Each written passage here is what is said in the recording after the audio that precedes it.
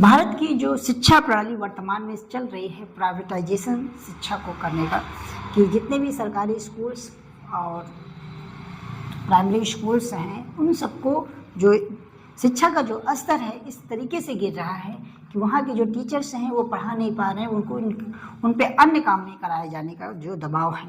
तो भारत की जो शिक्षा प्रणाली है और भारत की जो राजनीति है, शायद भारत की स्थिति को इतना घटिया बना के रख दिया है, जबकि उतना शायद शराब ने और चाहे कहा जाए तंबाकू ने उतना बर्बाद नहीं किया है जितना भारत की शिक्षा ने भारत के युवाओं को बर्बाद करके रखा है। 10-10 साल एक कमरे में बंद करके वो तैयारी करते हैं और जब सिलेक्शन नहीं होता तो उनकी शिक्षा नथिंग हो जाती है। वो फिर गांव आकर के वही अपने बाबा दर बाबा की जो खेती बाड़ी होती है उसी को संभालते हैं, या फिर मजदूरी करते हैं, या तो फिर किसी कंपनी में चले जाते हैं जहां मजदूरों भरी ज़िंदगी जीते हैं। लेकिन वो जो 10 साल उन्होंने बर्बाद किया उसका कोई हिसाब उनके पास नहीं रहता है, ना सरकार के पास होता है।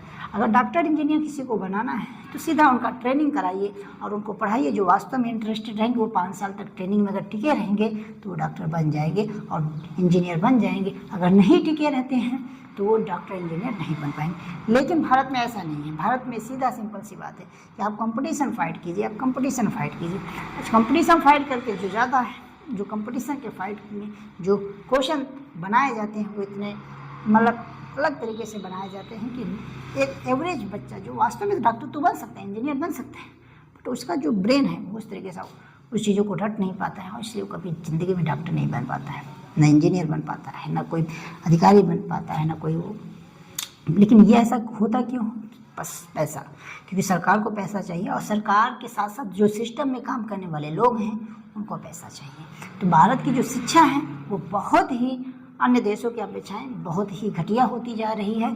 यहाँ सिर्फ इंग्लिश मीडियम के नाम पे सिर्फ किताबों को बेचा जा रहा है और सिर्फ कहा जाए तो लोगों को अपाहिज बनाया जा रहा है। उनको लगता है कि हमारा बच्चा शिक्षा ले रहा है, लेकिन वो शिक्षा नहीं ले रहा है बल्कि वह और ही अपाहिज हो रहा है डिग्री लेकर के, क्योंकि हाथों में डिग्रियां हैं लेकिन हुनर नहीं है। जिन हाथों में डिग्रियां हैं, हुनर नहीं है, उन्हें कोई काम देने को तैयार नहीं है, उन्हें कोई काम देने को तैयार नहीं है।